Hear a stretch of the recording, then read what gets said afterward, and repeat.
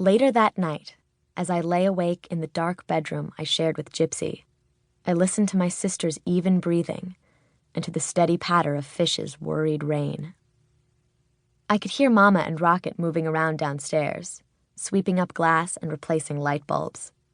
And though Grandpa had gone to bed as well, every now and then the ground would rumble and the floor would shake, as though the earth below us had a bellyache. Mama and Rocket were leaving for Salina early in the morning and planning to stay in a motel near the hospital. I had begged to go see Poppa and stay in a motel and get some of those little soaps all wrapped up in paper. But the rest of us had to stay at home with Grandpa. Rocket got to go because his electric touch was the only thing that could make the old station wagon run. Nobody had said anything about my birthday. Nobody had said much about much. I lay awake most of the night, unable to sleep, until Mama tiptoed in with the dawn to whisper a soft goodbye, kissing my cheek lightly with her perfect pink lips. Still upset that I wasn't allowed to go with her and Rocket to Salina, I pretended to be asleep, and soon after, I heard the car doors slam and the engine rumble to life at Rocket's spark as he and Mama drove away. That Friday before my birthday, Fish was in charge of looking after Gypsy and Grandpa Bomba. It was my job to get Samson up and ready for school, and to make sure we both made it up the 3 steep steps of the big orange bus that took Samson and me the 15 miles to school in Hebron, Nebraska. I had to poke and prod broody Samson up the long, soggy, boggy road toward our mailbox, which had fallen over in the night after getting pushed 10 feet farther out to the west from all of Grandpa's worried rumbling. Samson didn't say much waiting for the bus, but Samson never did. "It's Missy Pissy and her storm cloud," Ashley Bing said every day when Samson and I climbed onto the bus. And every day Emma Flint repeated, "Missy Pissy," with a snorting laugh, like it was a new and funny joke each time. The kids at school had learned on my very first day that my real name was Mississippi, which had been unfortunate.